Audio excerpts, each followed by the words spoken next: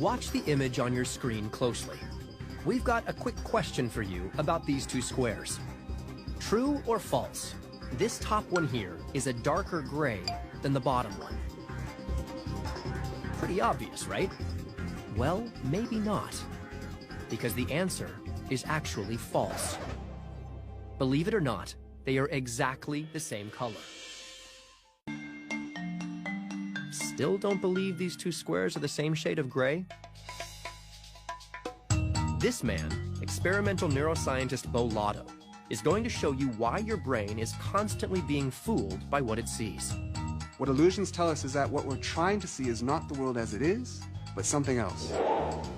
We're actually generating perceptions of a world that's useful to see. And that useful perception doesn't actually have to correspond with what's actually there. All right, well, look at this cube here. What if I told you that those two surfaces are exactly the same? Would you believe me? I wouldn't. Okay, come on up. Okay? Bo has attached a gray swatch to one of the surfaces to allow you and the volunteers to test this one out for yourselves. Take that dot and move that nice up here, right there. Oh my God. No way. I want to look again. What the?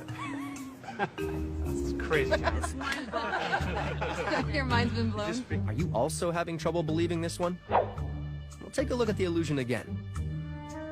If you want, try holding up one of your hands and block this section of the image.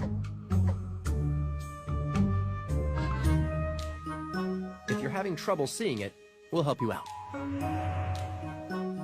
Crazy, right? Different? Same. It's freaking me out. What's going on? Tell us. Are we changing the surface? What's No. changing? Our perception. Our perception's changing. Yeah. Okay, why? That's the question. If we could understand this, we would understand how the brain works. Your brain's using its past experience to generate its perceptions of the world. And so the brain looks at this image and it says, ah, this surface is in shadow. Okay? If this surface were actually in shadow and returning the same amount of light to your eye as this surface, which seems to be in light, this would actually have to be more reflective.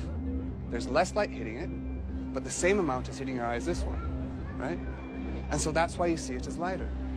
Was that confusing? Let's simplify this. Bo is saying the gradients and shadows he's painted here give your brain clues that the top is a well-lit gray surface and the bottom is a poorly lit white surface.